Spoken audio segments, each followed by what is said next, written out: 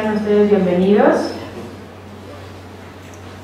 Vamos a tener una conferencia muy importante sobre los aspectos prácticos y metodológicos para la elaboración de tesis. La exponente va a ser la licenciada, la maestra María del Carmen Montoya Pérez. Ella es ahora directora del Seminario de Derecho Civil y Familiar, ¿no? Bueno, Derecho Civil nada más, y tiene una trayectoria muy importante en la academia, aparte de que pues tiene mucho trabajo con el SUA. Espero que disfruten esta conferencia, que sea de su agrado y que sobre todo los impulse a hacer su trabajo de investigación. Maestra, sea bienvenida. Muchas gracias.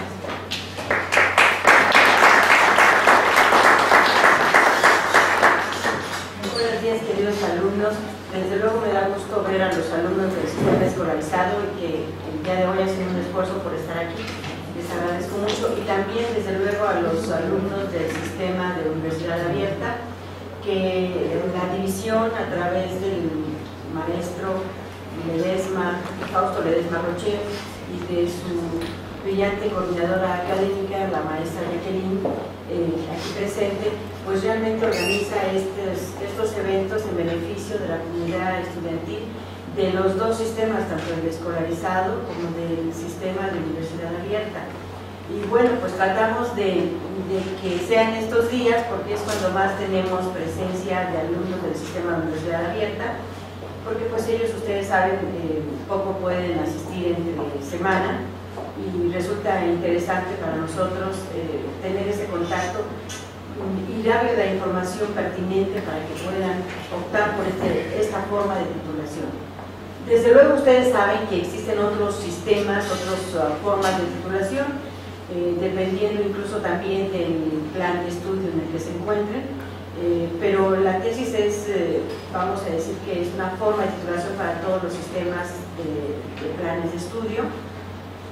Sí existen los diplomados en titulación, el examen general de conocimientos, el de alto rendimiento, que hacen una tesina también, pero la tesis pues yo creo que es la forma tradicional como nos titulamos los anteriores profesionistas, incluso en maestría y doctorado, y creo que sigue siendo una herramienta fundamental porque estructura al alumno para convertirse en un crítico del sistema jurídico y encontrar una propuesta adecuada a un problema que se ve desde el punto de vista teórico y práctico. Una tesis no es estudio monográfico, como lo vamos a ver, no es revisar nada más los diferentes autores de qué opinan, cómo lo estructuran, sino en realidad es buscar de una u otra manera el problema para plantear una solución.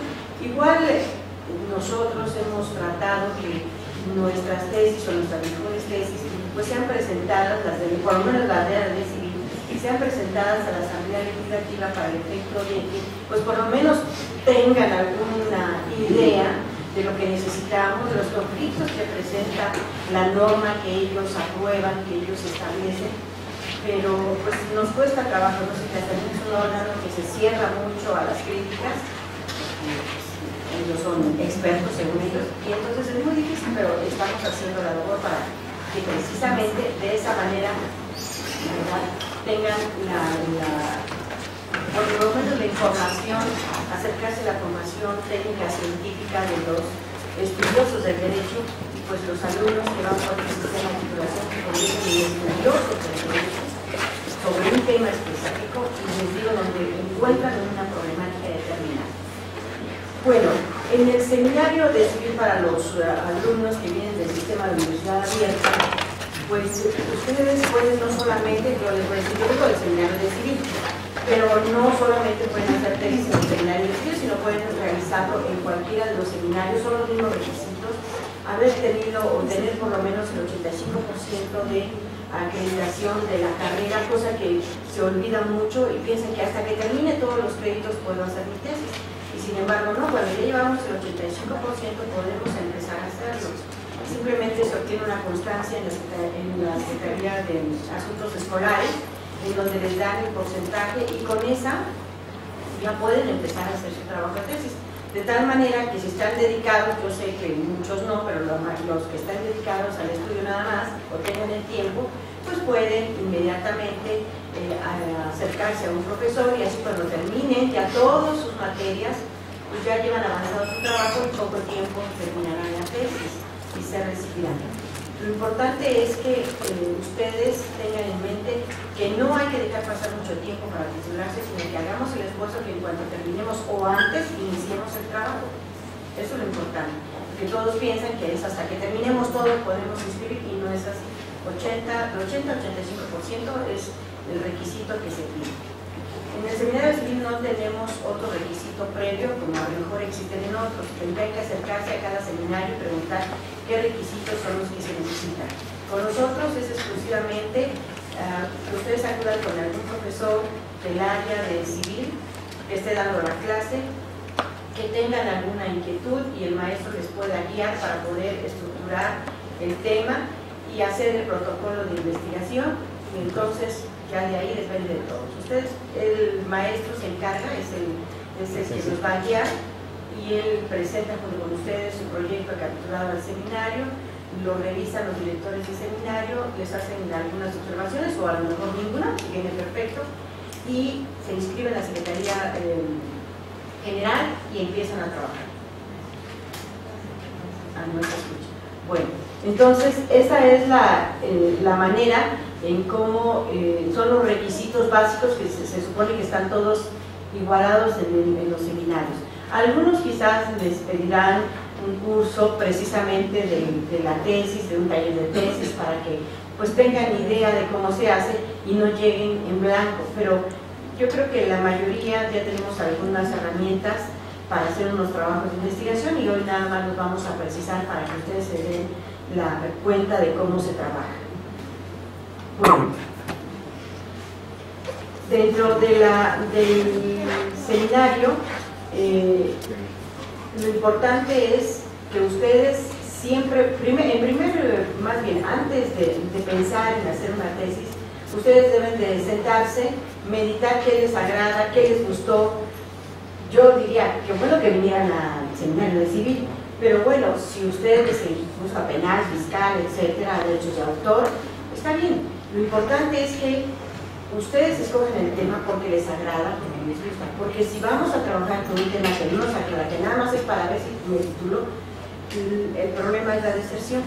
Entonces sí es importante el interés, el que les agrade el tema, les agrade la materia, para que de ahí ustedes partan y entonces, si ustedes no encuentran el problema o en qué se puede trabajar una tesis, pues pueden acercarse a los profesores y normalmente nosotros, como vamos desarrollando una cátedra, nos damos cuenta de los diferentes problemas que presenta la materia o donde se requiere una regulación. Entonces yo creo que la mayoría de los profesores pueden decir, bueno, ¿por qué no trabajan sobre este tema que les interesa? Si es en el área que ustedes hagan. Bueno, la palabra tesis, como ven aquí, viene del griego y bueno, en el sentido, ¿qué es lo que significa? Lo propuesto, lo afirmado, lo que se propone. Por eso, la tesis no debe confundirse, como les decía hace un momento, con un estudio nada más de recopilación de información de los diferentes autores que hablan sobre el tema, sino en realidad no solamente es recopilar esas ideas, analizarlas y finalmente presentar una propuesta. ¿Para qué estudiamos el divorcio?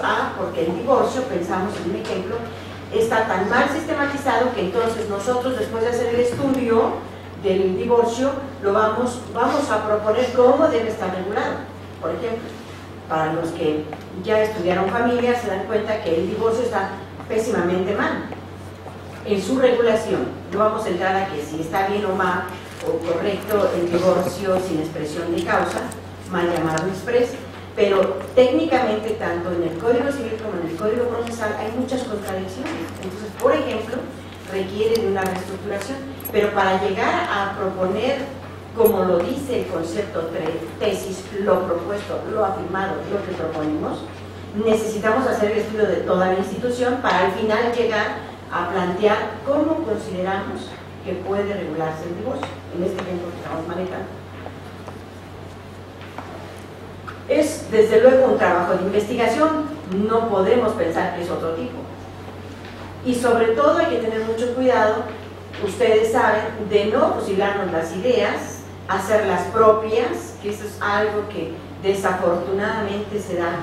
Es como que el pecado de todo investigador, dicen, que se le va, y entonces en lugar de plantear ideas nuevas, pues es más fácil tomar las ideas de otro y presentarlas como sus propias. Entonces no es eso, se hace la investigación, pero desde luego se le da un toque personal, tiene un estilo de escritura, tiene un estilo cognitivo de acuerdo a la estructura, tanto, vamos a decir, social, personal, cultural e incluso pues ya propiamente de lo que implica de la asignatura, que tanto sabe la persona de esa materia. Entonces ahí van a ver ustedes reflejado su actividad. Por eso vean ustedes, yo creo que es un orgullo, es como diríamos, es como nuestro primer trabajo de investigación, su primer hijo desde el punto de vista académico. ¿Por qué? Porque es un esfuerzo que se trabaja y finalmente, ¿verdad?, sale y se publica, se hace una publicación como esta que traigo aquí, que hoy me acaban de entregar, por ejemplo. Gracias, Marcia. Entonces, se hace la publicación así, o sea, se manda el pastel. Y bueno, esto nos queda de recuerdo para toda la vida, ¿verdad?, para los que nos titulamos por esta vía. De tal manera que por eso debe ser excelente. Porque imagínense si pasados unos años a su familia, a sus hijos, se lo presentan, pues bueno, que se sientan orgullosos que es un buen trabajo de investigación, no que fue nada más por pasar y por salir del paso, ¿verdad? O para tratar de rápidamente titularnos. No, realmente debemos de pensar en ese primer punto, asumir la responsabilidad de que vamos a trabajar, vamos a investigar, vamos a poner un esfuerzo personal, vamos a poner nuestra capacidad de juicio, de análisis y de crítica para finalmente plantear una conclusión y una propuesta. Encontramos también, ¿verdad?, dentro del trabajo, bueno, ¿para qué nos sirve una tesis? Ya les comentaba a ustedes, pues realmente en la universidad nos sirve para titularnos, para optar. De hecho, no vayan a pensar que porque ya se hizo la tesis ya pasé. O sea, es un punto, por eso se coloca, es tesis para optar por el título de licenciado en Derecho, en este caso. El optar significa que nos falta el último paso porque se van a examinar, se va a hacer un examen sobre este tema. Son 5 sinodales, 3 titulares y 2 suplentes que serán los que examinen sobre el tema y todo lo relacionado sobre el tema que ustedes trabajaron y sobre todo las conclusiones. Ahí es donde se ve la capacidad de argumentación y de convencimiento jurídico que el alumno, el sustentante, va a hacer de su tesis, es decir, de sus conclusiones, ¿verdad?, que tendrá que exponer al sínodo de manera clara. Puede ser que el sínodo tenga una concepción totalmente distinta, eso verdaderamente lo entendemos. ¿Por qué? Porque no todos pensamos igual, y entonces cada uno puede tener un concepto distinto, lo cual es permitido. El mismo sínodo no puede reprobar al alumno porque no comparte la idea, no. Lo que se espera es que defienda con argumentación jurídica su punto de vista y bien defendido, o sea, bien explicado por qué llegó a esa conclusión, cuáles son sus razonamientos lógico-jurídicos para llegar a eso. O sea, tampoco le tenga miedo porque si no es que si me toca un profesor con el cual yo no comparto la misma ideología, pues me va a reprobar. No es así. Se va a defender el punto de vista y a eso es lo que se va a calificar, no que esté de acuerdo con el sínodo, porque por eso es colegial, la decisión se toma colegial, ¿verdad? Entonces puede que uno no, pero los demás no lo estén igual. Entonces no habría ningún problema, así que no le tengan miedo, ¿verdad? Porque eso es un poco de temor al hacer la tesis. Bueno, ¿cuál es más o menos la extensión? Pues mínimo son 100 cuartillas y de ahí pues máximo yo digo 400, ya más de 400 ya es otra cosa.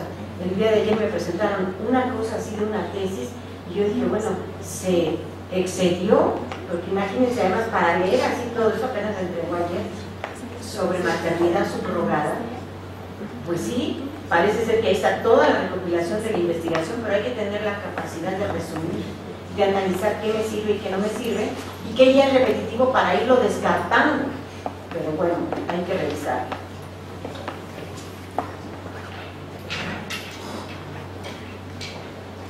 Bueno, como les estaba diciendo, la tesis debe ser concreta, no panorámica, como ese ejemplo. Lástima, no se los iba a traer, pero para que vieran la diferencia. Más o menos esta extensión también está amplia, porque no crean que son pocos. Este es de un alumno del SUA que me lo acaba de entregar en este momento. Son 141 páginas. Entonces es un tema más o menos, ¿verdad? Un trabajo que cumple con los requisitos. Pero con 100 son suficientes para tratar un problema específico. Pues no tenemos para qué más, pero bueno. Por eso debe ser concreta, no panorámica, no se pueden abarcar muchos temas, debiendo especializarse sobre un punto específico. Por ejemplo, miren, este que les traje aquí, bueno, que me lo dieron ahorita, es análisis de la reforma del Código Civil para el Distrito Federal del 23 de julio del 2012 en materia testamentaria y propuesta de modificación. O sea, analiza la reforma que se hizo en 2003 en materia de testamentos y manifiesta su punto de vista para la modificación, porque para el criterio de la tesista se encuentra mal. Bueno, cuanto más restringido es el campo, mejor se trabaja, porque precisamente se pierde en un mar de información. Si voy a hablar del divorcio y me voy a poner a hablar de todo el divorcio en Europa, de todo el divorcio en América Latina, no, o sea, sencillamente tengo que circunscribir mi tema. Y aunque tengo un capítulo de derecho comparado, pues es estrictamente los efectos del divorcio, cómo se regula, pero muy sintético. Si entro a cada país no terminaría, ¿verdad? Entonces debe de ser con mayor restricción del campo de investigación. Debe plasmarse una hipótesis que sostiene el ponente. Eso nos planteamos que es el problema. Por ejemplo, en este supuesto, la hipótesis que planteó la alumna es: se reforma la materia de testamentos, se queda nada más el testamento público abierto como única forma de testar en el Distrito Federal, es decir, se derogaron los testamentos públicos cerrado, público simplificado, hológrafo, privado, militar y marítimo. Entonces, considera que está indebido, entra al estudio y dice: considero que debe de haber otras formas de testar y no nada más el testamento público abierto. Eso es un planteamiento. Ahora, este estudio va a llegar a la conclusión de si sí o no es válida esa hipótesis.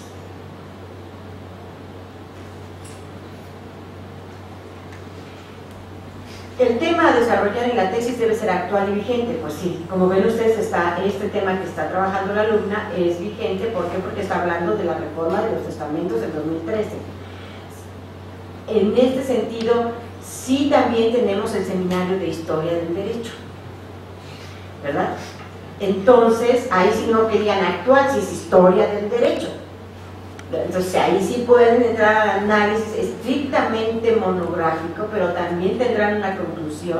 No sé, si se va a hablar del Código Civil, se me ocurre de la regulación del matrimonio en el Código Civil de 1884, que sería de materia de Historia del Derecho. Está bien, si van a hacer ese estudio monográfico, pero finalmente lo van a criticar, van a decir si estaba bien, si estaba mal, y cómo era la sociedad en ese momento para recibir esa forma de matrimonio. O, por ejemplo, si se va a hablar del divorcio, ¿por qué en ese entonces no se admitía el divorcio vincular y solamente era la separación de cuerpos? Si funcionaba, cómo funcionaba, y una crítica. Entonces, al final concluyen en eso: estaba bien, estaba mal, etc. Pero ahí sí no podemos ir a actual y vigente, porque es historia del derecho, y sí pueden trabajar ese tema, pero nada más se cambiaría. Pueden tocar un tema histórico del derecho civil o del derecho familiar en la parte de historia, en el seminario de historia del derecho mexicano, que es el de romanos también. La tesis de compilación es aquella en la que el estudiante se limita a demostrar que se ha revisado críticamente la mayor parte de la literatura existente en escritos publicados sobre ese tema. En escritos hablamos no solamente en libros, sino también en revistas, en periódicos y ahora pues en artículos en internet, nada más que en artículos de internet hay que tener mucho cuidado, porque siempre que traigamos a colación un artículo tenemos que poner la página, ¿verdad?, de internet, donde lo encontramos y además la fecha en que se consultó, porque después salen de la red y entonces ya es muy difícil localizarlas. Sin embargo, hay una forma de ubicarlas. La tesis de investigación es siempre más larga, fatigosa y esforzada. Está ligada a la madurez y a la capacidad de trabajo del aspirante. Pero, mire, tampoco le tengan miedo a este tipo de investigación, porque teniendo un buen asesor, nos va guiando y nos va diciendo, mire, no, porque finalmente por eso es este binomio, el alumno y el asesor. Y entonces el alumno puede plantear alguna cuestión y uno le dice, a ver, creo que su idea, no le decimos que es descabellada, pero, ¿verdad?, como que no encuadraría en todo el sistema jurídico, ¿por qué no lo ve de esta otra manera? A ver, verifique, ¿verdad? Y entonces es la guía lo que nos va marcando por dónde ir. Así que no le tengan miedo que ustedes solo lo van a hacer, porque para eso está el profesor. La tesis de licenciatura, como ya se dijo, es un trabajo de más de 100 cuartillas. 100 nosotros aceptamos en el seminario, casi todos, y máximo 400. Y ya les había dicho. Pasos para realizarla, bueno, localizar un tema concreto, que ya les había comentado, recopilar documentos sobre el tema, eso es el punto partidario. Nosotros no podemos iniciar una tesis, sino primero tengo, como les digo, escojo el tema, el área que me gusta, y luego me voy a investigar. Recopilo información sobre el tema, y puede ser que ustedes no encuentren el problema, también no les den temor, porque esa es otra cuestión. Pero es que yo no le veo nada, yo lo veo bien. Si ustedes lo ven bien, no se preocupen. Lo importante es acercarse al profesor que les vaya a guiar y entonces él a lo mejor sí les plantea la problemática que hay en esa institución. Entonces no, tampoco se sientan solos. El problema es encontrar, y miren, no quiero hablar, pero el problema es encontrar el asesor. Yo a mis alumnos de familia y de sucesiones y de obligación siempre les digo, bueno, y por eso quizás yo tengo muchos alumnos en tesis. Les digo a mis alumnos, si quieren hacerlo en esta área de civil, ahí están las puertas abiertas, donde me buscan, y yo con mucho gusto estoy dispuesta. Y bueno, los que me llegan del seminario y no fueron mis alumnos, como estos alumnos, esta alumna que es del SUO, pues no fue mi alumna. Y sin embargo, pues, como vengo los sábados para darles asesoría de si quieren hacer la tesis en materia civil, a las 7 de la mañana, de 7 a 9 de la mañana.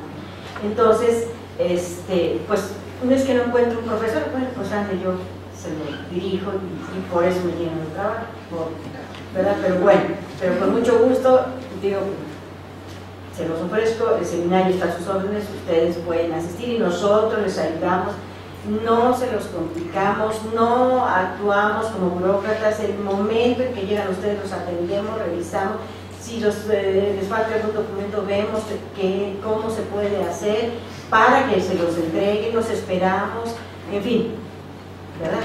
Lo más sencillo. Bueno, hay ocasiones que hasta los oficios se los hacemos ahí, ¿verdad? Bueno, el chiste es que lo hagan, que si ya tomaron la decisión, pues no se vayan y se ausenten y después ya no regresan, porque eso no sucede. Cuando llegamos a una oficina y no nos tratan bien y no nos atienden y nos tratan con la punta del pie, pues ya no regresamos. Todos los seres humanos somos así. Entonces tratamos de recibirlos con el mejor deseo y apoyarlos para que opten por esta forma de titulación. Entonces decíamos recopilar los documentos, poner y relacionar de hecho los documentos en orden, después volver a examinar el tema por si acaso, ¿verdad? A lo mejor puedo cambiar de opinión, dar una forma orgánica a todas las reflexiones, escribir o redactar la tesis de forma comprensible para terceras personas. Eso es algo que nos hace mucha falta. Damos por entendido que todos los que van a leer la tesis pues son abogados, y eso no es cierto. Debemos de escribir sí desde el punto de vista jurídico, pero utilizando el lenguaje lo más sencillo y claro posible para que no solamente los abogados lo entiendan. Entonces el lenguaje rebuscado no debe de hacerse. Como ven ustedes en este razonamiento, hacer una tesis significa aprender a poner en orden la propia idea, a plasmar, es la aplicación de un trabajo metódico. O sea, aquí sí tenemos que ser disciplinados, aplicar nuestro método científico. La tesis se debe hacer sobre un tema que le guste, lo que ya les comentaba, ¿verdad? Porque si no, ya estamos mal. O también en la experiencia, porque es importante. Si alguno de ustedes ya se desarrolló en una rama, o se está desarrollando en una rama del derecho, ¿para qué le buscan otra rama? Porque eso lo maneja. Ha adquirido el conocimiento teórico práctico. Por lo tanto, les será más fácil desarrollar un tema y además también presentarse el examen.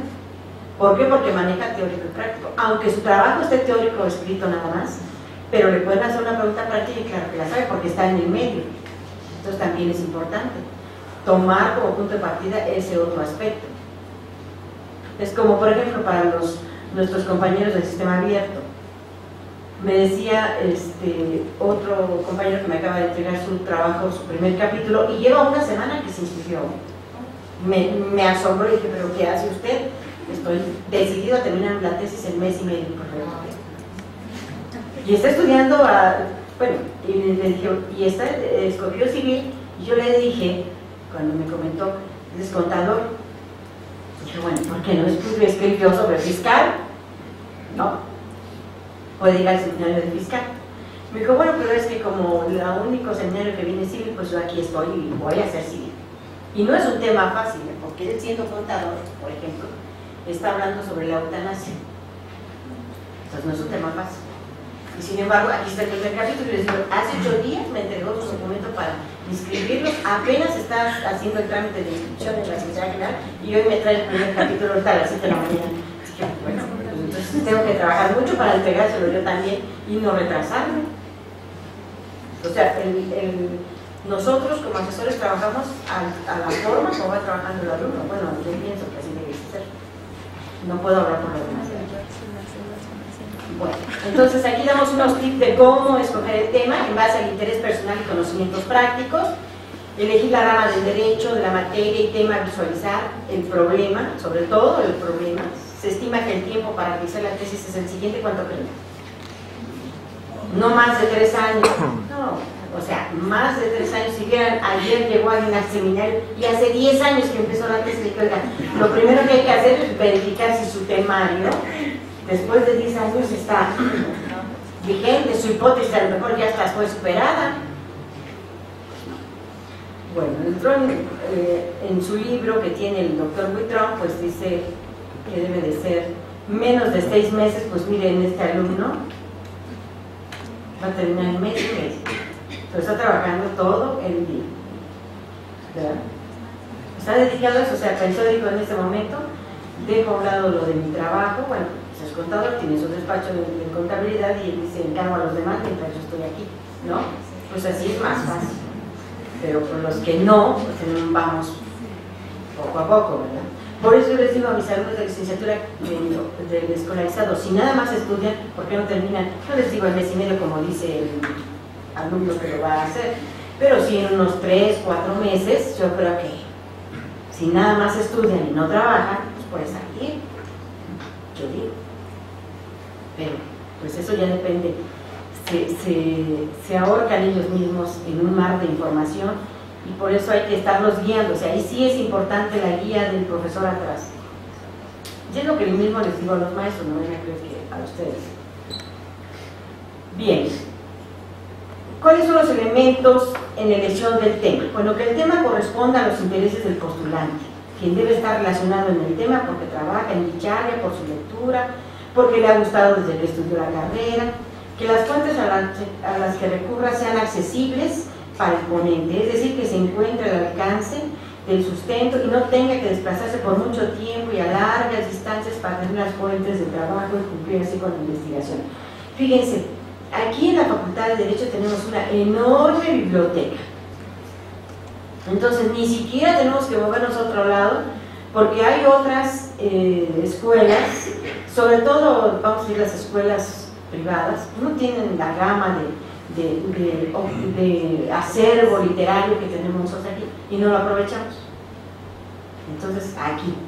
Y todavía tenemos uno dentro del campus, que es la biblioteca del Instituto de Investigaciones Jurídicas, todavía más amplia. Entonces yo creo que con esas dos dentro del mismo campus universitario no hay más. ¿Para qué vas a buscar otro lado? Cuando una a lo mejor es que voy a ir a la biblioteca de la Ibero, no, pues no tengo nada contra la Ibero, pero ¿qué anda haciendo allá? Imagínense hasta Santa Fe. ¿Dónde vive usted? No, pues que vivo por Xochimilco.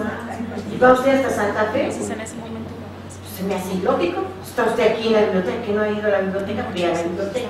Nosotros les damos un tarjetón. Cuando terminan la carrera ya no pueden, creo que, sacar libros.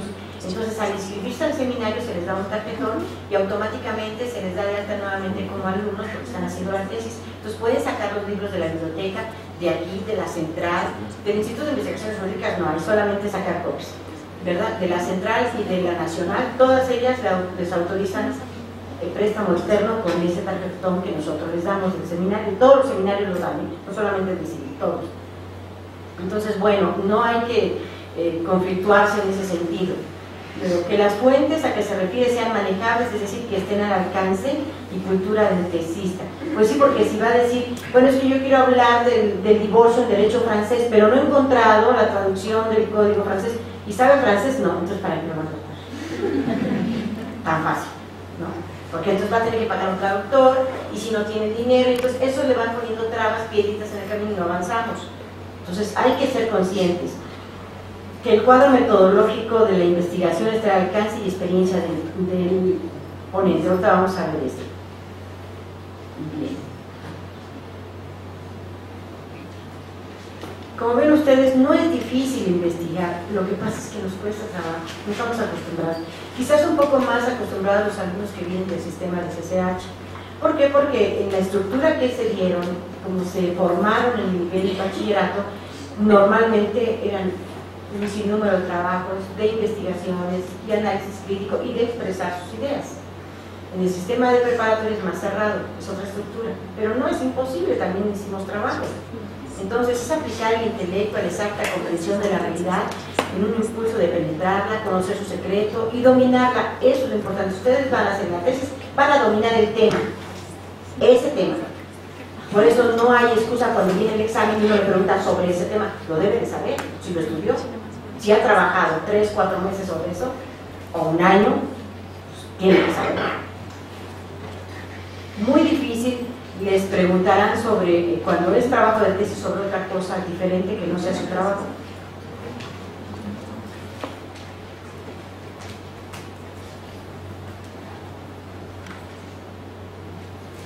Entonces, como ven, es una labor que el estudiante debe de realizar. Yo pienso que nos da una experiencia, nos forma más. Y ahora que estamos en puerta con tantos juicios orales, tanto en el área civil como en materia familiar, que ya entraron en vigor 6 juzgados en materia oral familiar, entonces, pues de qué manera voy a poder manifestar ante el órgano jurisdiccional y fundamentar mis ideas si no tengo este primer ensayo de analizar y criticar. De la ley está ahí, pero yo voy a tener la capacidad, después de hacer este ensayo, esta tesis, voy a tener la capacidad también de leer, criticar e interpretar, porque aún que ustedes no lo crean, el juzgador se equivoca al interpretar una norma, el órgano jurisdiccional se equivoca. Y si nosotros, pues lo dijo el juez, ¿y qué? Pues el juez es tan abogado como yo, no es ni más ni menos, somos iguales, nada más que él está en una función pública y yo estoy con una función de ¿qué? De apoyo y defensa de los intereses de los particulares como abogado litigante. Y tampoco ni es más ni menos el magistrado ni el ministro de la Corte, estamos idénticamente igual. Los dos estamos estudiando un tema específico y los dos podemos tener un criterio diferente. El problema es saberlo defender con razonamientos jurídicos para nosotros. Entonces, nuestro objetivo es que el estudiante aprenda a identificar problemas, resolver problemas profesionales mediante la investigación formal de los mismos, desarrollar su capacidad de investigación, ¿verdad? Ahora, ¿cuáles son nuestras partes de la tesis? Bueno, esto no es más que para información general, pues aquí ven ustedes la portada, la carátula, dedicatorias, eso sí también todas las tesis en la universidad trae una parte de dedicatorias o agradecimientos. En su caso, el epígrafe ya casi no, pero agradecimientos sí. Bueno, a su mamá, a sus hermanos, a sus primos, a la facultad, a la UNAM, a su asesor, a sus maestros, a sus compañeros, no sé, pueden poner. Pero pues no pueden ser más de, digo, no les puedo decir, pero hay ocasiones en que un día vi una tesis 20 hojas de agradecimiento. Pero está bien que no quiso olvidar a nadie, que lo haber resumido, ¿verdad? A mi familia, y ahí van todos, ¿verdad? A mis amigos, sino a mi amigo el pitanita de quien no. Entonces no debe ser tan mal. Posteriormente tiene un índice que es el tema con el que se trabaja, que es con lo que iniciamos, el protocolo de investigación. El prólogo ya casi tampoco se hace. Sí, la introducción que nos da la primera fase de describir de qué se va a tratar el trabajo, cómo lo vamos a desarrollar, cada capítulo que contiene, después todo el capitulado, capítulo por capítulo, cuáles son los contenidos del capítulo y las conclusiones al final. Se pueden al final colocarse anexos, tablas, por ejemplo, gráficas, cuadros, fotografías, estadísticas, etc. Muchos colocan como anexo, por ejemplo, una norma específica que, por ejemplo, la maternidad subrogada, que todavía no se aprueba. Bueno, el proyecto que está apenas presentándose, que se está discutiendo, lo anexan para que el lector se dé cuenta en por qué está criticando esto que no está al alcance de todos, entonces por eso lo colocan. Entonces puede señalarse, las fotografías todas van al final como anexos, todo se manda al anexo, para que la lectura sea fluida. Aunque nada impide que si alguien en intermedio, como un libro, tenga una fotografía o dos o tres, se permite, ¿no? Y finalmente la bibliografía. Bueno, las dedicatorias, aquí yo se las describo, son agradecimientos de manera seria, deben de ser sobria y pues lo más sintética posible, ¿verdad? Se colocan antes del prólogo y de la introducción, ya dijimos, no deben de excederse, ¿verdad? Es a criterio del sustentante, pero pues sí es de mal gusto encontrar más de, yo digo que más de 3, 4 hojas ya es una exageración, con 3, 4 están bien y ya está grande, pero les digo 20 hojas que digan. El índice del capitulado, bueno, versará sobre el contenido de la tesis, redactándose los capítulos y subcapítulos, los acápites, los incisos, los subincisos, etc. Es la columna vertebral del trabajo, de tal manera que cuando se abra, es como el índice de los libros, sepan de qué se va a tratar, ¿verdad? O sea, no nos lleve a una confusión. Yo aquí les pongo un ejemplo. Capítulo primero, tomé la familia, como ven ustedes.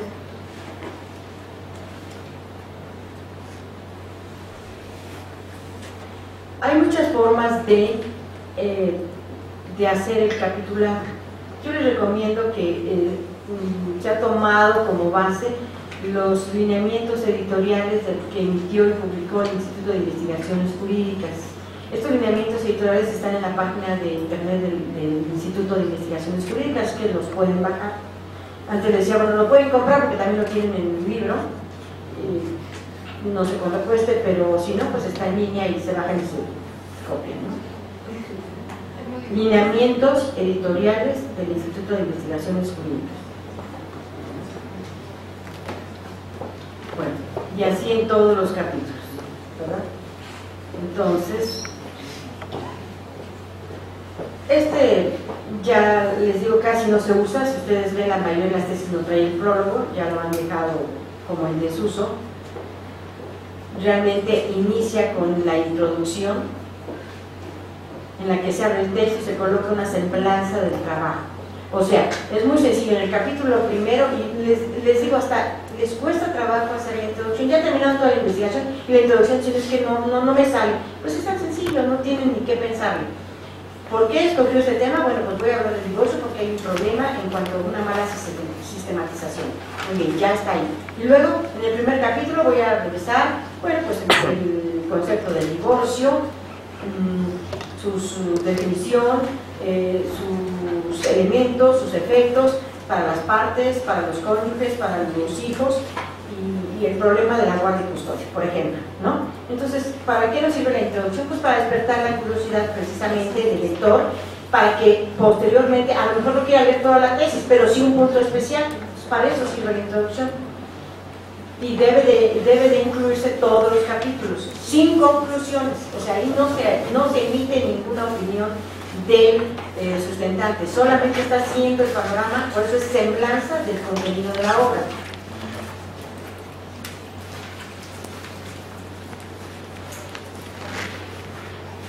Les digo, el epígrafe ya también tampoco se usa, vamos a dejarlo a un lado para irnos más rápido. Bueno, el contenido pues ya es el desarrollo de cada capítulo, es ahí el estilo cognitivo, el estilo descriptivo que cada uno de los autores le va a colocar. Y al final se propone cosa que se deja así como que, ¿cómo decirles? ¿Saben cuál es el error que encontramos? Que empiezan, por ejemplo, si vamos a hablar del concepto de divorcio, y Rufina Villegas dice que el divorcio, y Gutiérrez y González señala que el divorcio, y Sara Montero señala que el divorcio, y de la Mata Quizaña señala que el divorcio, punto. Y ya terminó su primer punto y se va. Bueno, y que les dije, no es una recopilación de todo. Entonces, ¿qué tenemos que decir? Sí, ya nos damos cuenta que revisó todos esos autores. Entonces, perfecto. Si todos coinciden, tenemos que hacer un análisis. Tales autores coinciden con los mismos elementos en cuanto al divorcio y lo definen de esta manera. Ese es el trabajo que está haciendo la persona que está realizando la tesis.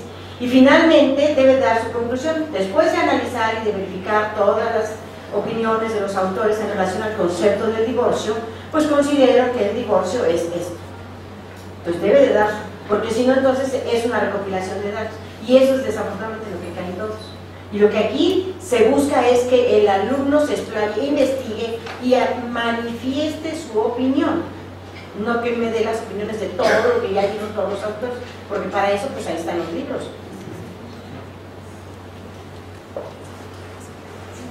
Las conclusiones también es otro problema en las conclusiones.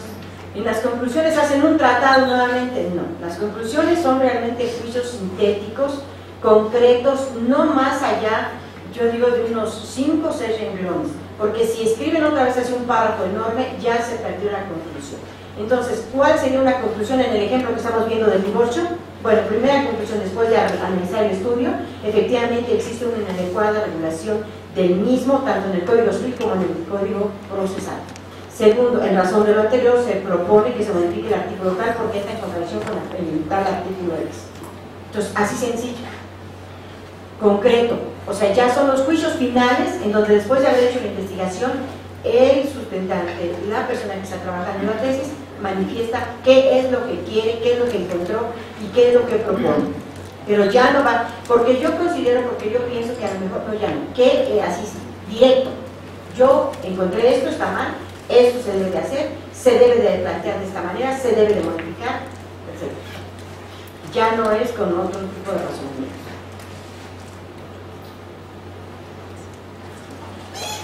La bibliografía, bueno, pues aquí en la bibliografía, como ustedes ven, las personas pues puede ser muy amplia, no hay límites en cuanto a la bibliografía, por lo menos 20 libros se deben de tomar en un trabajo.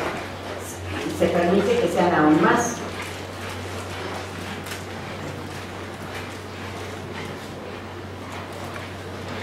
Ya no les podemos decir, porque antes, ¿cómo hacíamos las fichas bibliográficas? En nuestras tarjetitas blancas de ficha bibliográfica y guardarlas.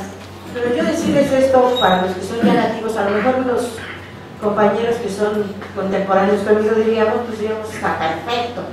Pero para los que son nativos cibernéticos, no, porque yo tengo mi bibliografía ahí ya en mi archivo, que no sé qué, electrónico, está bien. Entonces, pero sí llevar un orden, indiscutiblemente.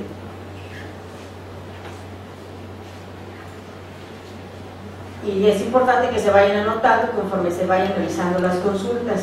De la misma manera, si ya no optan por las fichas de trabajo, porque ese es otro problema que nos estamos enfrentando actualmente, nadie quiere hacer fichas de trabajo. Cuando uno les dice a los alumnos, es que va a hacer ficha de trabajo, entonces ya no gratis. ¿Cómo que va a hacer fichas bibliográficas? Luego fichas de trabajo. Y hay seminarios que sí se las piden. ¿Me traes tus fichas de trabajo? ¿Me traes tus fichas de...? Se desiste. No, es que yo tengo, bueno, entonces si usted tiene su estilo para escribir, se lo puedo respetar, en civil se lo respetamos. Nada más que debe tener mucho cuidado de que así como consulta un libro lo debe de anotar, debe tener una disciplina en anotarla, ya sea en su computadora, en su archivo correspondiente, de dónde sacó esa idea, porque después, al momento en que escribe ya no sabe ni dónde, de quién era la opinión, y después usted la está asumiendo como suya, o se la está atribuyendo a un profesor que no lo es, o a un autor que no lo es, entonces no es así. Porque vaya que los hemos descubierto, entonces decimos, a ver, usted me dice aquí en la página que consultó a este autor y yo fui y revisé el libro y resulta que eso no dice el autor, entonces ¿dónde lo sacó? Que ay, no es que me equivoqué, no, pues es que ese es el problema. Entonces sí tenemos que ser disciplinados. Consulto una obra, inmediatamente le pongo de qué obra lo consulté, si lo hice a mano, ahí abajito le pongo, o si lo hago en la computadora, abajo le pongo, para que a la hora que lo integre al trabajo, pues sepa de qué autor es. Bueno, ya sabemos que se organiza por apellido paterno, materno y nombre, separados, ¿verdad?, con coma los dos primeros. O sea, apellido paterno, apellido materno, coma, nombre, punto. Título en itálicas, ya no usamos las comillas porque pues ahora con los medios también electrónicos cambió, entonces ahora es itálica, o lo que es cursiva. Edición, editorial, en su caso traductor, lugar de edición, editorial, año o colección. Todas las reglas que deben de los datos que deben de tomarse. Y al final se debe colocar el número de páginas. Siempre va al final el número de páginas. Las citas, bueno, pues son, vamos a decir que es la forma en cómo le damos peso científico y metodológico a nuestro trabajo. De quién tomamos una idea. Y vean aquí, Umberto Eco, este libro le sirve mucho de cómo hacer una tesis, creo que se llama así, cómo hacer una tesis de Umberto Eco. Ya tiene años de haberse editado, sin embargo es una herramienta fundamental. Quien va a hacer una tesis, además de los lineamientos del instituto, lo debe de tener a la mano, porque ahí forzosamente va a ir a consultar cómo hacer las notas, cómo hacer las notas de pie de página, las citas textuales, etc. Entonces realmente nos sirve de mucho. Umberto Eco. Se pueden las citas poner, todas las citas en tesis van al pie de página. Aquí hay otras formas, como les estoy diciendo, progresivo y al final del capítulo, pero para la tesis a nivel de licenciatura deben de ir al pie de página, todas las citas.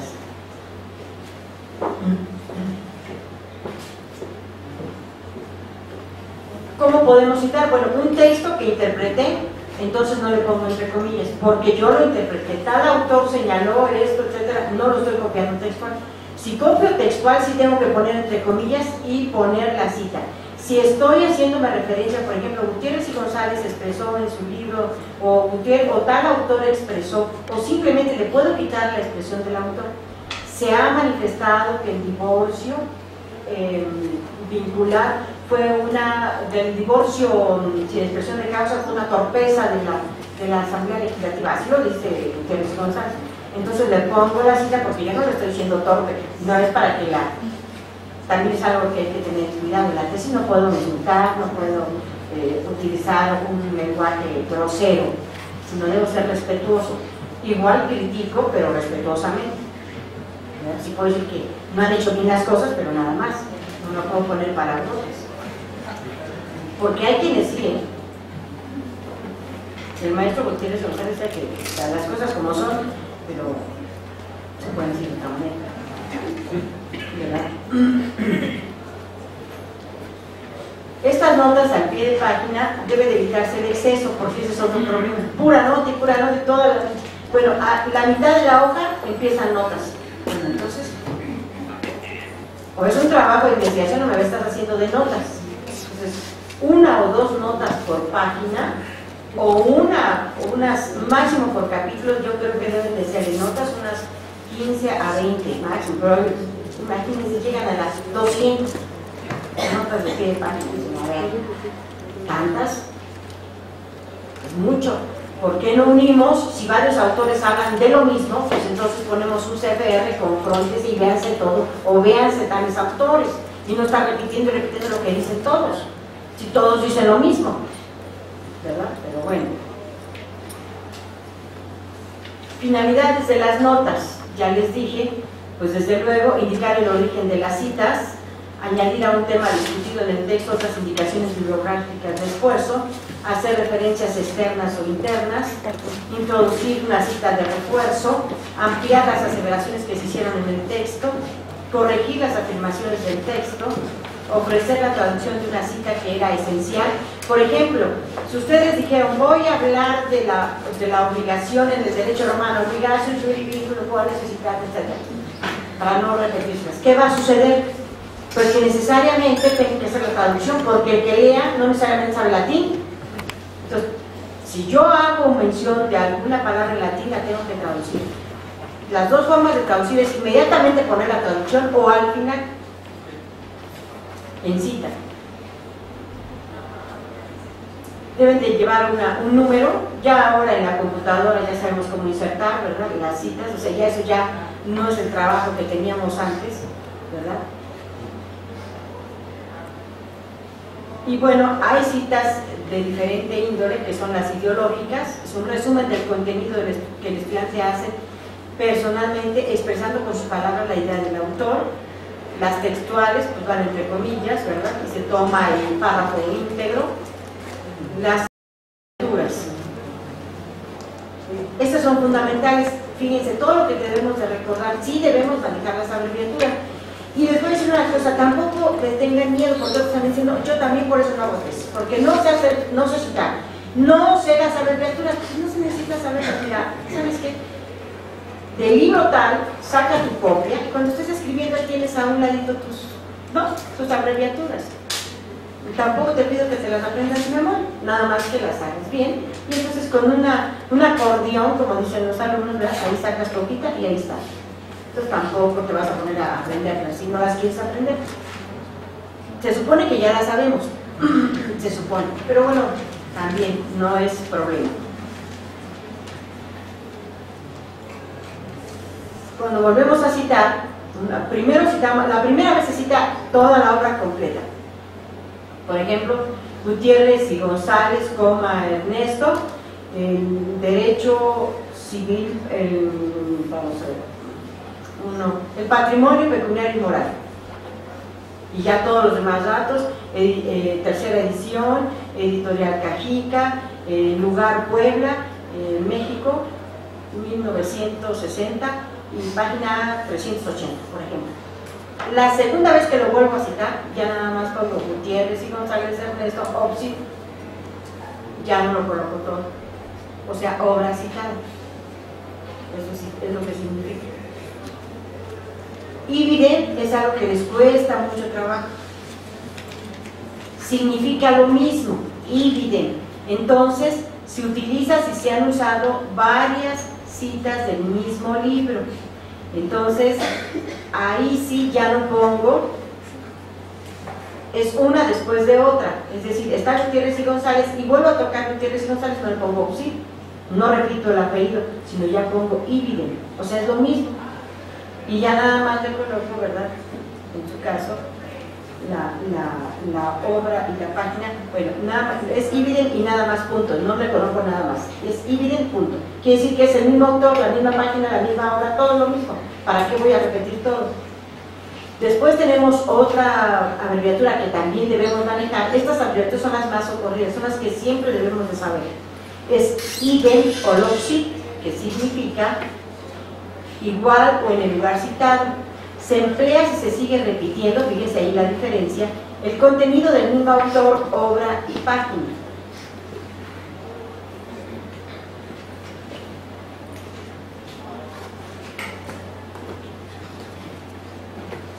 Aquí les puse un ejemplo, Pérez Rodríguez, OPSI, página 2.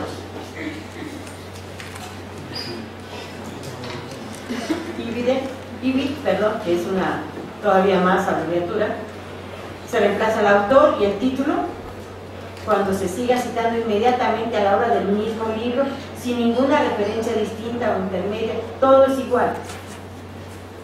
Y hasta unas 4 o 5, esa es una regla que no hay que olvidar, hasta unas 4 o 5 páginas de distancia.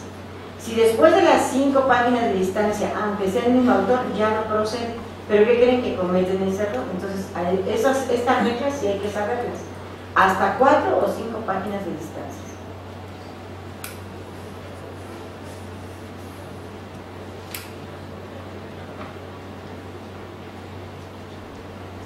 Entonces, log-cit es, por ejemplo, nosotros citamos primero a un autor, después vino toda una explicación que dimos del mismo tema, pero el alumno lo desarrolla, y luego otra vez se va al mismo autor. Entonces ponemos log-cit, lugar citado.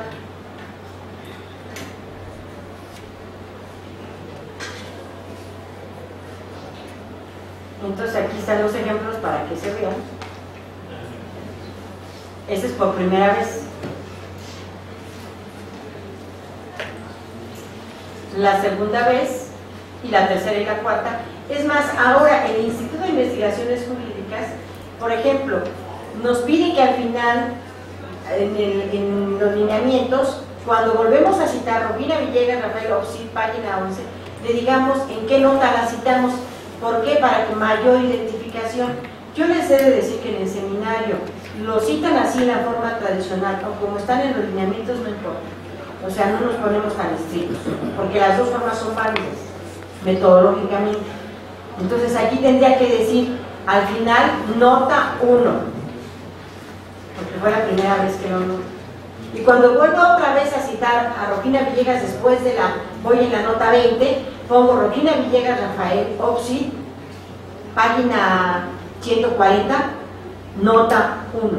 O sea, siempre estoy haciendo referencia a dónde lo cité por primera vez, para que el lector lo vaya a buscar si quiere revisar todos los datos. Y no ande por todas las otras, esa es la razón. Pero les digo, no, el Instituto de Investigaciones Jurídicas nos da los lineamientos, pero si lo hacen de manera tradicional como lo aprendimos, que son las dos válidas, nosotros no nos ponemos a que corrijas como los lineamientos. Hay seminarios que sí. Entonces, pues ahí sí, las reglas las hay que seguir. Entonces, aquí está el otro ejemplo. Cuando sea en otra página diferente, tratándose de un autor, se indica IBIC, página 200. Entonces, aquí, log-cit, con un nuevo autor no citado, antes se expresa.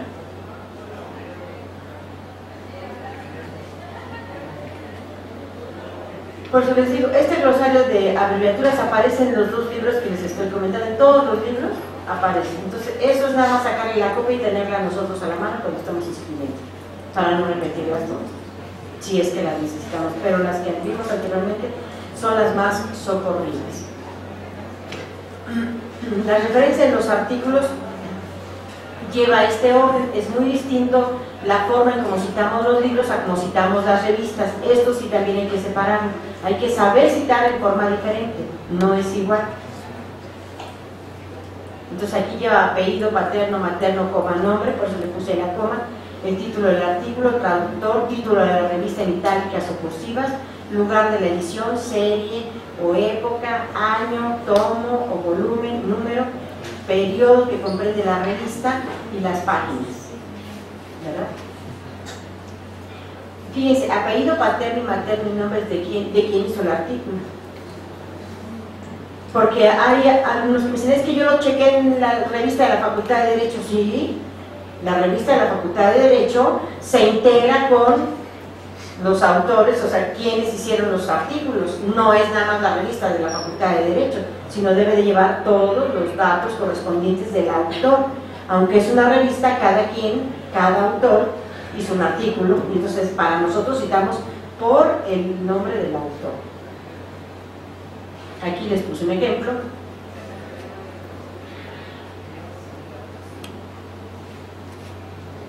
Es distinto a como citamos una obra, el libro de texto. Las citas de jurisprudencia, debemos de poner número de tesis, porque eso también se les olvida, la publicación, sección o complemento, época, con altas al inicio, o sea, altas y bajas, el tomo, la fecha y la página, abreviado también. Los sitios publicados en Internet, pues solo deberá agregarse a la ficha la dirección de la página de Internet correspondiente y completa, y desde luego quitar los hipervínculos. Y les decía yo, es fundamental, porque si no se las regresan, es que debe de colocarse el día en que se consultó.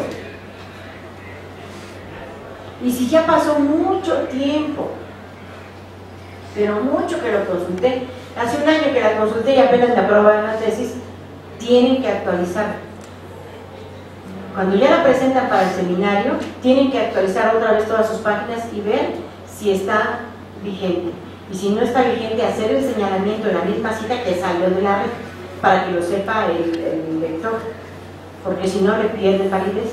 Si un profesor checa de los sínodos que les dije que tienen para el examen y no está en la línea, en Internet, entonces puede decir no doy el voto probatorio. Pero si ya le colocaron ustedes, ya revisé y está fuera de línea, cuando yo lo chequé en ese año estaba, entonces ya tendrá otro tipo de investigación que hacerse por parte del profesor que está leyendo. Pero si no, entonces lo sancionan y pueden no darle el voto probatorio. Eso es un riesgo muy grande ahora. ¿Por qué? Porque piensan que se lo fusilaron, que no es cierto, que no checaron bien las páginas de Internet.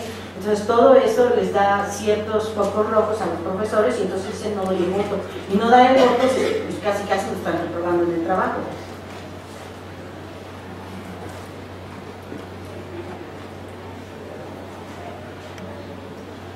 Bueno, las reglas de puntuación ustedes ya se las saben. Es algo muy común. Ponen el punto después del signo de interrogación, pues ya sabemos que no va. Pero lo ponen.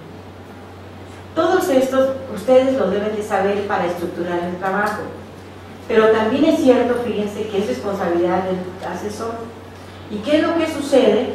Se los digo porque cómo me llegan a mí.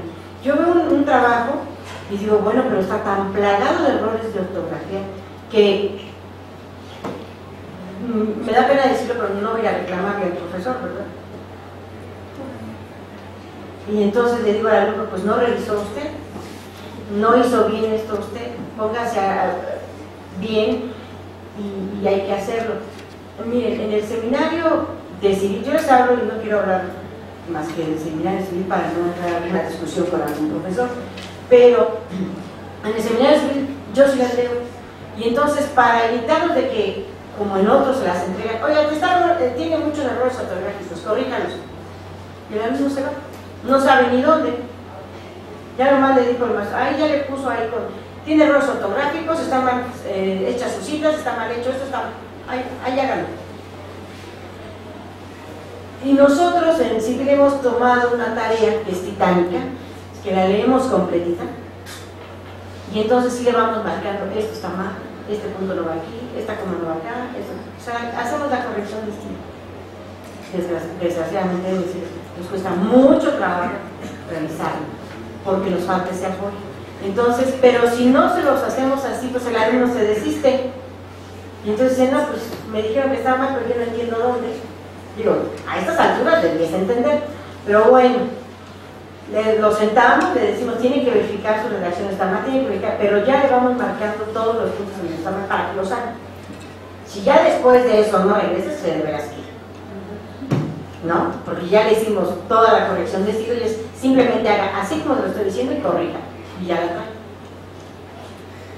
Digo, así lo hacemos nosotros. No voy a hablar de los demás. Así. Pero en aras de apoyarlos para que terminen, ¿verdad? Bueno, estas reglas de puntuación, pues ustedes ya las manejan. Ya, eso es algo también. En derecho tenemos muchas palabras en latín, pues todas deben de ir en cursivas. Todas. No se permite que sean, ¿verdad?, en área normal. Tampoco se deben de utilizar mayúsculas. Hay una forma enorme, yo creo, mala estructura de todo ponerlo con mayúsculas. O resaltar lo que quiero resaltar con mayúsculas, tampoco. O ponerle negritas donde a mí se me antoja. No, es un trabajo serio. Entonces no es ponerle nada más cursivas donde yo quiera, negritas donde a mí se me antoje y según mayúsculas porque yo considero que eso es muy importante. No, hay que seguir las reglas generales de la gramática, es decir, sencillamente, donde son mayúsculas es nada más al inicio, después de punto y aparte, después de punto y seguido, y mayúsculas cuando me refiero a ciudades, a nombres propios, nada más. No debemos de abusar de esas mayúsculas. No deben usarse abreviaturas por usarse, sino solamente las permitidas. Y si se va a usar, por ejemplo, algo que también es muy común, Código Civil para el Distrito Federal, pues lo voy a estar mencionando en el número de veces durante todo el trabajo, Código Civil para el Distrito Federal, entonces yo debo de anunciarle al lector desde la introducción que utilizaré esta abreviatura, ¿verdad? Porque si no, entonces tampoco está permitido, tengo que decir toda la legislación. Y si voy a utilizar varias abreviaturas de las leyes, que son las que voy a revisar, entonces pongo un capítulo de abreviaturas al inicio. En este trabajo se utilizarán estas abreviaturas para evitar inútiles repeticiones. Entonces, el Código Civil, esta es su abreviatura del Distrito Federal, Código Federal, Constitución esta es, etc. Saco todo mi capítulo de abreviaturas. Las transcripciones que exceden de 320 caracteres, o sea, más o menos 5 líneas, deberán ponerse en párrafo aparte, que tendrá un margen equivalente a la salida e irá 5 millas. Eso es algo también. Si yo voy a transcribir más de 5 renglones, entonces ya no le pongo comillas. Si está el texto en un margen general, entonces me meto un poquito de margen, que ya lo tenemos fijado, y entonces eso no lleva comillas. Ya sabemos que es transcripción. Más de 5 renglones. Ahora, también he de decirles, ha habido que se abusa de ese concepto. Y van en una página completa, 2 páginas del autor. Es que es tan importante. No, no puede ser. No puede ser. No se puede abusar de esas transcripciones.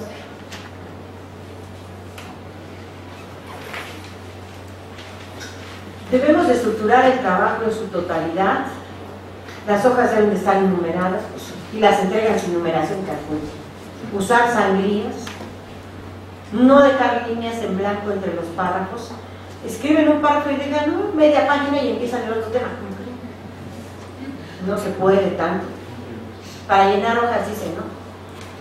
El margen que se recomienda, derecho, izquierda, 3 centímetros, ya lo da automático ¿cómo se llama el sistema que utilizamos? Ahí aparece, automático, ¿no? Ya está. Pero bueno, si no checamos, interlineado 1.5. Pero es más, por ejemplo, miren, este trabajo está a 2. 1.5 es lo correcto, lo hacen a 2. Le dije a la alumna, póngalo a 1.5, ella lo hizo a 2. Ya. Ese título. Vamos a estar discutiendo. Cuando usted no lo puso a 2, a punto, y pues ahí va su trabajo y no está. Pero hay seminarios que sí.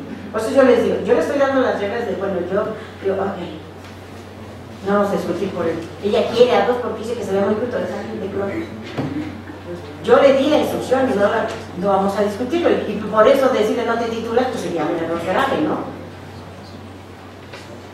No quiere verlo así, areales de 12 puntos, guardar y respaldar la información capturada en un solo documento, pues ya sabemos, digo, eso ustedes ya lo saben, ¿verdad? Tener varios respaldos porque pues ya saben lo que nos pasa con secreto. Corroborar la vigencia de la legislación consultada, eso es fundamental. Fundamental, porque empiezan a hablar y cuando llegan con nosotros y revisamos, decimos, bueno, pues eso ya fue derogado. Ya trabajó su tesis, todo se tardó y su asesor se lo aprobó, porque cuando llegan al seminario con nosotros ya está aprobado con el asesor y llega aprobado y resulta que ya eso se debe. Entonces no, hasta el final, es más, mientras no me den este formato y de aprobación que tengo que estar checando, y aún después, hasta antes del examen tengo que checarla. Eso yo siempre les recomiendo eso, hasta el día del examen que ustedes se presentan con este trabajo ya impreso, es su obligación checar las reformas. Porque si hubo reformas y usted se presenta al examen, el profesor que sí las sabe se las pregunta. Y entonces le van a decir, pues le suspendo el examen para que se vaya a estudiar las reformas. En el examen profesional no hay reprobación, se llama suspensión. Se le suspende por 6 meses para que regresen a los 6 meses. Se vayan a estudiar. Pues sí, pues es para eso.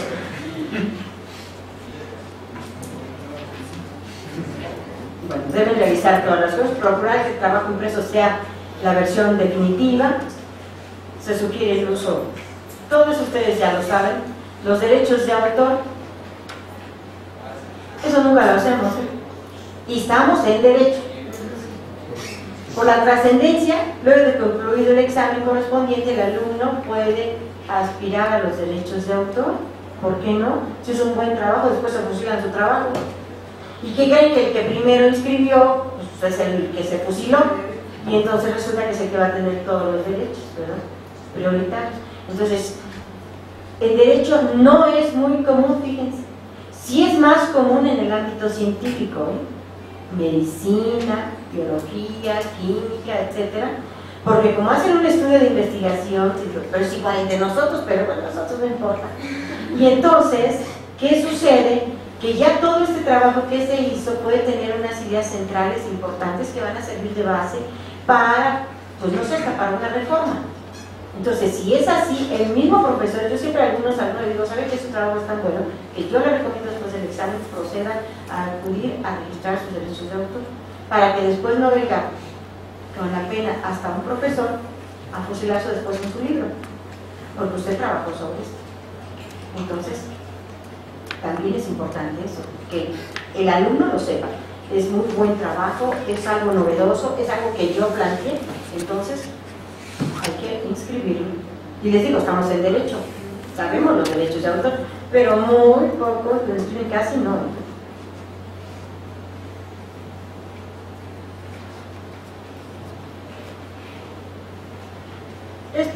Pues ya es solamente que nosotros queramos registrar la obra, ¿verdad?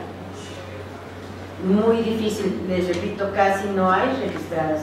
Por ahí hay 2 o 3 de algunos maestros que sí lo hicieron en su momento y que después sirvió de base incluso a la promoción de un juicio porque se habían fusilado sus ideas de su tesis de licenciatura. Pues sí, qué bueno que hizo la solicitud. Bueno, pues ya saben cómo se presenta el autor, los datos que hay que llevar la obra, ¿verdad? Y pues no nos cuesta mucho trabajo, realmente ni nos tarda, es muy rápido y sencillo. El problema es que no lo hacemos.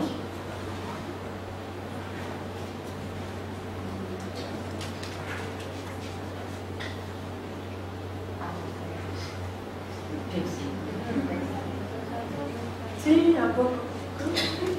Pero ni así lo hacemos, cuesta más hacerlo, de mandarlo a pastar, ¿verdad? Pero bueno, ahí está la dirección por si alguien quiere, al final tenerlo en mente. Pero cuando se hacen buenos trabajos, sí, fíjense, de un alumno que de hecho ahora está dando clases aquí en la universidad, un alumno que dirige la tesis, y él hizo un estudio sobre el Registro Nacional de Testamentos. Cuando apenas estaba gestando, muchas de sus ideas fueron tomadas por la forma como se estructuró en la Secretaría de Gobernación el Registro Nacional de Derechos de Autor. Presentamos su tesis para el concurso de tesis, de las mejores tesis a nivel nacional, y ganó el primer lugar. Pero le dije, vaya a inscribirla, por favor, y sí la inscribió. Y después entonces les dijo, ¿saben qué? Si le van a hacerlo, me van a pagar regalías, porque resulta que aquí yo estoy registrado. Y miren, afortunadamente, sí le pagamos. Entonces, por eso les digo, cuando se hace el trabajo, sí se han salido buenos trabajos. Del seminario de civil hay varios que han ganado. Nosotros revisamos anualmente cuántas tenemos, cuáles las hicieron, con dedicación y se presentan a los concursos, ¿verdad? Y les abre la puerta al concurso, no crean. Este maestro es maestro ahora aquí de la facultad, derivado del concurso que ganó. Bueno, pues ese es el deseo, alcanzar el éxito. Yo los culmino, los convoco, les digo que se titulen por la vía de tesis. Yo sé que los diplomados son muy sencillos, dicen, yo también doy diplomados, pero yo digo que la forma en que ustedes tendrán mayor experiencia aprenderán a investigar y servirá para toda su formación profesional. Es la última fase de formación dentro de las aulas universitarias.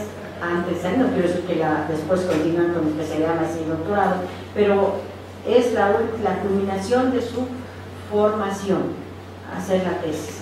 Entonces opten por esta y bueno, pues yo espero verlos ahí en seminario de civil, a los que les guste esa área, y con mucho gusto mientras yo esté como directora, y si no estoy como directora, de todas maneras, si estoy como maestra, pues con mucho gusto.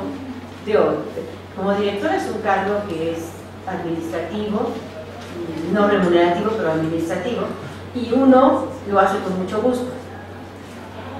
Pero, pues son cargos que dependen de las autoridades, igual ahora estoy, mañana no, pero como académico ya de años, mientras yo esté, pues con mucho gusto a mis alumnos, ahí estamos, siempre los apoyando y igualmente los apoyando. Y a los que no son también, que sean bienvenidos, también, ¿verdad? Porque van a decir, no, entonces nada más a ellos, no, a todos, para que ustedes realmente opten por esta vía. Si tienen alguna duda, pues estoy a sus órdenes.